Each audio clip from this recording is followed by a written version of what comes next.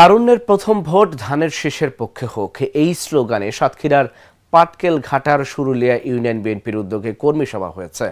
রোববার বেলা 12টায় পাটকেল ঘাটার আজিজ কমপ্লেক্সে এই কর্মী সভা হয়। এতে সভাপতিত্ব করেন শুরুলিয়া ইউনিয়ন বিএনপির সাবেক সভাপতি মোহাম্মদ রাশিদুল হক রাজু। অনুষ্ঠানে প্রধান অতিথি ছিলেন কেন্দ্রীয় বিএনপির প্রকাশনা বিষয়ক সম্পাদক ও তালা কলারোয়ার সাবেক সংসদ সদস্য হাবিবুল ইসলাম হাবিব।